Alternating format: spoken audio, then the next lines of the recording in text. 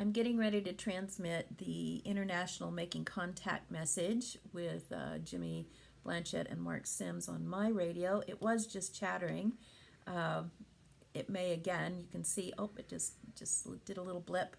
But I'm going to transmit it on this radio, and we'll see if we get any kind of interaction, and then I hope you will join me and all of us for International Making Contact Day celebration at 7 p.m. Pacific time.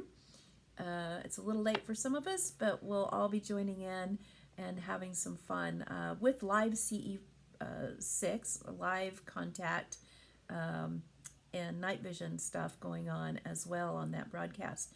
So I'm going to get ready and send this message.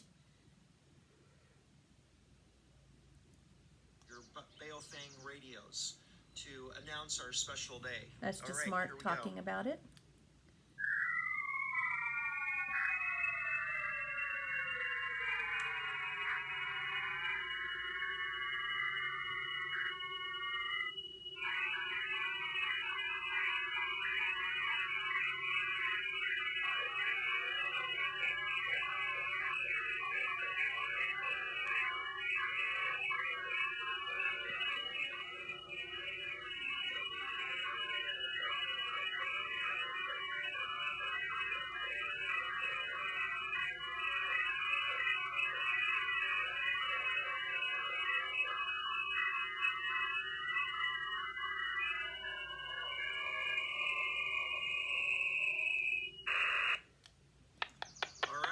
And my radio already started started responding. You can just, if you could hear that.